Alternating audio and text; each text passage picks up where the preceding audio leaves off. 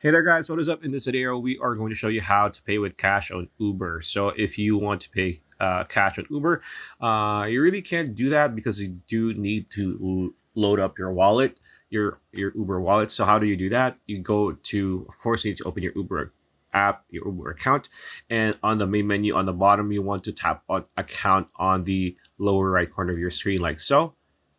Once you are here, there are four options here on the top under your name. So you have help, wallet, safety, and inbox. So you want to tap on the wallet option like so. And on the wallet option, you're going to have your Uber Cash here. So as you can see, we have zero. For you to pay with Uber Cash, you need to add a payment method. So if you want to add payment method, as you can see here, you have credit or debit card, gift card. We just added Uber Cash. So that is the main option we have here. So you tap on this, and as you can see here, you're going to see here your monthly activity, Uber Cash added, Uber Cash spent.